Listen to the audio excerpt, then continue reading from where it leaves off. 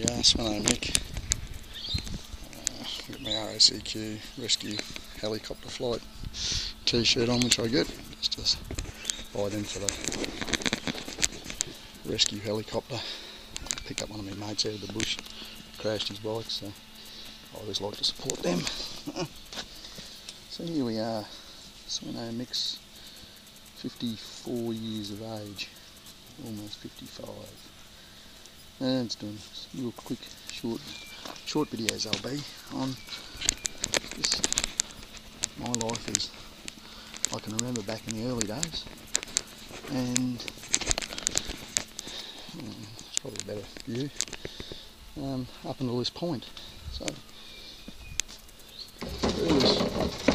earliest memories I have are probably 5-6 years of age. 5 years of age. I really can't remember back much before that.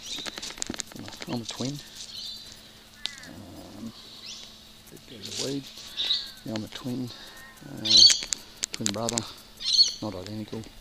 2 sets of twins in our family. Older set of brother and sister. And myself and twin brother Mark. Born in 1963, I think it was 1963, 1961. Anyway, doesn't matter. Anyhow, so earliest childhood memories. I remember the first day at school. Mark and I were wanting to really badly wanting to go to school. Don't ask me why, but we were. We started late. School had already come in January or February or whatever it is, and we'd decided we wanted to go to school. Just probably more of an inquisitive thing, and so off we went to school. We got there, we were in front of the class. Mark and I were hanging on to our mum, Gloria, and all of a sudden, we've seen school, we don't want to stay here. Too late, here's a booked in, here's a here. So anyhow, funny thing is, I made friends reasonably quick. Mark didn't. Yeah, the one that done 12 years of school and then uni, the one that got kept back in year 2, and pulled out after 10 years of school and done 10 years, and that was enough for me. I was out of there, 15 years of age.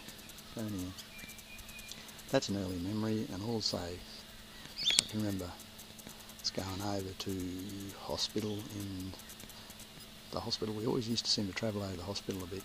Mum was a bit crook, or because we always had a lot of brothers and sisters, so maybe checkups, I don't know. But I remember going over there in FB or an FC Hull, an old grey motor, 138 side plate, and I remember it boiling on the way home. And then I remember going up, and we jumped up to a XW Falcon sedan, 1969 model.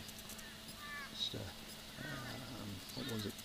3 on the tree, 3.6 litre, 221 cubes. Good car. And just remember being so much happier in a Ford. It just seemed like it was from a different time warp. That much more modern. It was just a lot better car, but the whole Holden admittedly was early 60s, very early 60s, so it was a XW was a 69 model, but anyhow, so yeah, and we're going over to the birth of my younger sister. I remember going in that with my uncle and getting a bit of a joyride, a bit of a death ride. So then go from there, progress on through. A couple of shit teachers in the early days. An old bag by the name of Molly Gittins in the year 2 and 3. She was a peg of a thing. Seemed to take a disliking to a lot of the young boys. I don't know why. She was an older teacher, very old. To me she seemed like she was about 80, but she was probably 60. Not far off where I am now. But she just looked, had a little furry hat she used to wear, and grey furry hat like you'd see the Russians, and this little furry red jacket, and these Batman glasses. She used to strike terror into a lot of young fellas' hearts. But anyhow, we had her, and then going from there. Through schooling, I enjoyed schooling, as in hanging around with my mates and that a lot. That was fun. Didn't do very well at school, so I was always going to be in a mechanical field or machinery type field, which ended up exactly what I've done. So just like cars, I like machines, I like trucks, motorbikes, love cars, and just really enjoy looking at machinery, any type of machinery. So I went from there through, done my schooling. My first year out of school, worked at the George Moffat mechanical workshop, Wilson's Garage at Maloney, and spent a year there. Didn't particularly get on very well with him, so it's time to get out of that, blow that joint. And so went from there. I went into the local council for 5 or 6 months, and I went working for my future in-laws in timber contracting at nearly 17 years of age, just before I got my licence. Light clearing with a small chainsaw. I was about a 36 still, smaller, 26, 36, something like that. But it was a Johnson Reed. So I went and done that 6 months. Then from there on, went into meatworks. Just rushing around here with a bit of gravel. Here, just these steps are starting to fail. But anyway, I'm in gardening. It just gets a bit weedy, but Salamandra here. Getting off track here. I've just been pulling cobbler's pegs this morning before they seed. The pricks, they just grow. I've never seen it like it. So if you think you're going to hand weed gardens all the time, big gardens are in for another thing, I think. And a lot of manpower. And anyhow, so what did I do? I went into that 6 months, and I went into meatworks. I've done 7 years of meatworks, Andy Meats, Bridge Creek Road, little meatworks. A good boss, real good boss. One of the best private enterprise bosses I've ever had. Laurie Condrick, he's still alive. He's in his 80s now. He's a great old bloke. Running him a few years ago. He's battled cancer and that. But he was really fair. I used to have the odd run in with him, but he wouldn't hold grudges or anything like that. Great bloke actually. And then from there, what did I do then? I went from the meatworks to the sawmill and timber. Spent a couple of years in that for my in-laws, and then I quite enjoyed that. A bit dangerous working by yourself in the bush, but so I didn't really go like that, because it was a good hour. Sometimes a good hour away from civilization, so it was fairly dangerous. So from that, into the council, then into telecommunications. And whilst I was in telecommunications, I split up with my first wife, the mother of my son Damien. And well, that was pretty hard, because I was with her for 15 years, but once I got on top of that, still in communications. And from communications, and I started going out with my present wife, which I've been with for 22 years, Carly, and she's a fair bit younger than me. She was 20 when I started taking her out, and she's been unbelievable partner actually. Been there through me thick and thin, 100% backup, just the sort of wife you want. Not saying another wife is bad or anything, but just different stages of our lives, and as you change, as you get older, I'll become from probably to a probably not a green type person, but probably not thinking about the environment as much, to probably very green now. Not very green, very, I suppose you'd call it practical green. But if you can hand weed something and not use sprays and all that sort of thing, that's probably what I'm. Not probably, that's what I like. You see here, look at this. Just look at those cobbler's pegs. Just pulled out half a wheelie bin full. Wheelie bin last week. That's that green waste bin that goes off to the local council. Pick it up and you just get that full of weeds. So it's great. From there, I got my wife, which I've been with Carly. We've been married for like 12 years now. No, 11 years. My little grandson Zachy, he was born about 1 month. He was born in 1 month after we were married, and he's be 11 soon, so he's been a big influence in a lot, as my son. He's a great son. I got the one, and we get on like a house on fire over here, blue and that, but no, he's used to work in the council, and he's become he said, "Oh, Dad, I'm not staying in this." He was only in his early 20s at the time, and he said, "Oh, bugger, I'm out of here."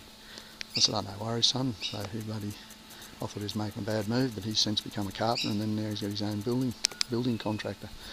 So yeah, he's going pretty good. And he's met himself a nice girlfriend with 2 kids, 2 young kids, they're 6 and 5. So yeah, Kerry, she's great, and they're travelling along real well. But the hum of that biocycle now, getting back to it with myself. So then 17, 18 years ago, I started working in the Sunshine Coast Council, which used to be Clandra City Council back then, but I was working in the days when it was Landsborough Shire Council, so I worked in it when it was Landsborough Shire Council, Clandra City Council, Sunshine Coast Regional Council, and now Sunshine Coast Council. Good place to work. So yeah, I've been there for 18 years almost. And what else can I say? So yeah, for me, was it 14 months ago, 15 months ago, I got diagnosed with anxiety. That's been a bit of a struggle. And then I've had pretty good health run. Up to this point, I've always been into me bikes, cars. Got my old Falcon, which you'd see on the YouTube. Had that for yonks. And I've lived here in the family home here for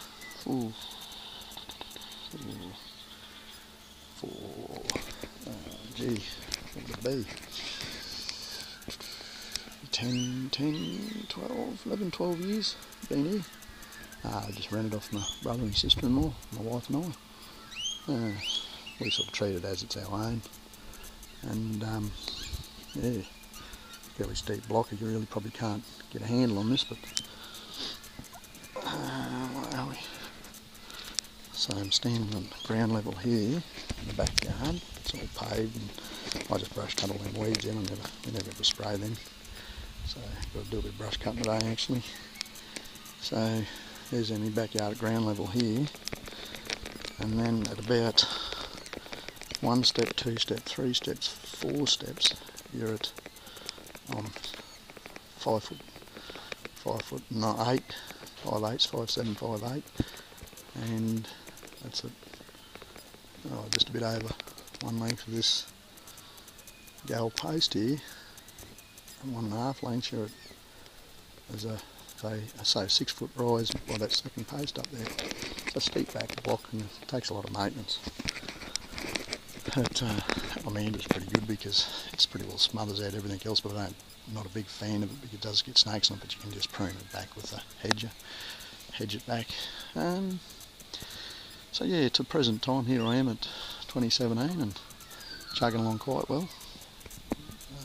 Drop back and go and see my psychologist once every month and a half, nearly 2 months now. Going pretty good. Still get the odd little bit of funny feeling from time to time, but sort of with my breathing and everything else, I've got it pretty well down pat, to the point that I'm just taking one small tablet a day for that. So I'll drop that off. Hopefully I'll talk to the doctor about it next time and see if I can unload that, because I'm not a big tablet fan. And what else can I say? Yeah, it's just things are carrying on well, and let's continue on my bike car thing. Our local car show's coming up pretty shortly. We're heavily involved in it. This will be its 6th or 7th year this year.